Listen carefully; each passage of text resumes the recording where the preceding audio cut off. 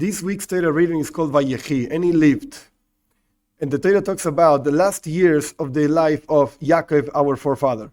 If you actually follow the reading from the previous week's readings up to this reading, we know that all the family of Yaakov went from the land of Canaan into the land of Egypt, Mitzrayim, that's how it's called in Hebrew.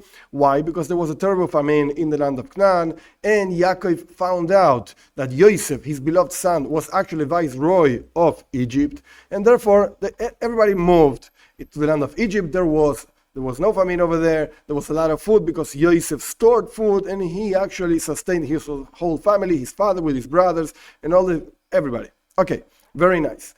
There's one explanation that talks about the years of the life of Yaakov, the last 17 years, which actually the Torah says the last 17 years he actually spent in the land of Egypt, that these were, in truth, the best years in the life of Yaakov. How do we see this?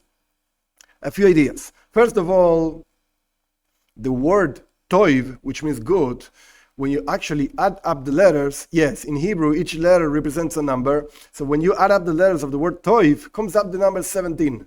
So that means that the last 17 years that the Torah says that Yaakov spent in Egypt were actually his best years, the best years of his life. Another idea, he was with his family, he was with his beloved son, Yosef. So that shows basically that, the best years of the life of Yaakov were his last 17 years that he spent in Egypt. But however, when you really start analyzing what Egypt was, there's a problem over here. First of all, our sages say this was the most perverted place in the whole world. Yaakov was in the land of Canaan, and he was in a good place over there. It was the land of his forefathers, etc. Why should he go to a terrible place? And moreover, to say that he spent his best years in such a place. The word Mitzrayim in Hebrew, which means Egypt, is related to the word Meitzarim, which means oppression, limits. How come that Yaakov spent his best years in a place that means oppression, means perversion, means oppression? What does that mean that he spent his best last 17 years in Egypt? One explanation of this idea is the following. What's the purpose why God decided to create the world? There are many answers to this question. One of the answers that comes from the works of our sages, the Midrash says that God wanted to have a dwelling place in this particular physical, last, so to speak, low world. There are other worlds, mystical teachings, Kabbalah, whatever, talk about spiritual worlds, etc., etc. But however, God doesn't want to dwell in those worlds where there are angels or whatever there are over there. God wants to dwell and be down here with us. The question is why? And the answer is very simple. Any situation, for instance, spiritual worlds, abstract things where God is revealed, our sages say that in Gan Eden, in the paradise, God is revealed, and those who enter the paradise, the tzaddikim, the righteous people, whatever, when they're over there, they're enjoying the ray of the presence of God. He is revealed over there. However, in any single situation where God is revealed, for him is actually a descent. It's not something good. Why?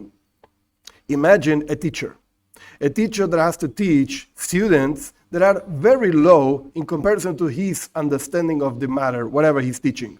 So the teacher has to actually lower his own standards, lower his own understanding and knowing of the thing in order to reveal it, to teach it to lower capacity students. For whatever reason, because they are younger in years, it doesn't really matter. The point is that the teacher is high and the students are low, and the teacher, in order to reveal a concept from his mind into the mind of the students, he has to lower the thing. So this means that revelation actually means lowering.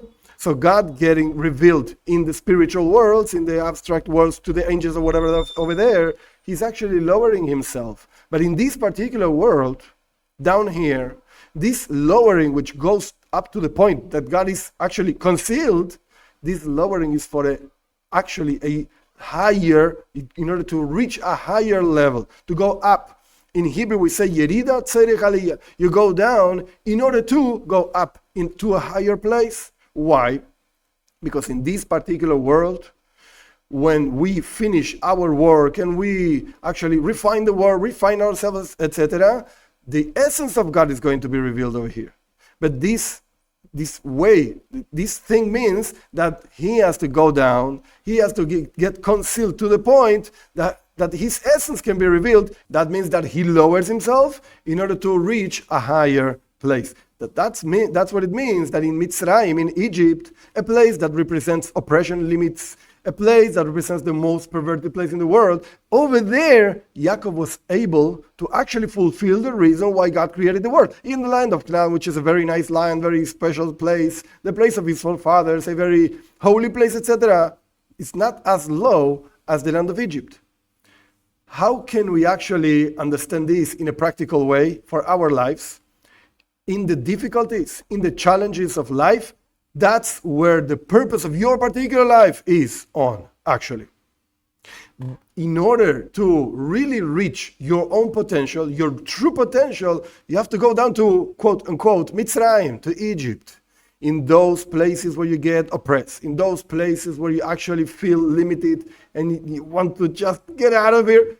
Over there, in that problem, in that challenge, that's the reason why you were created. And by lowering yourself and going to that place, really deep within yourself, really deep into the mud, so to speak, that's how you reach your own potential. That's how you actually go from that low place into a real high place.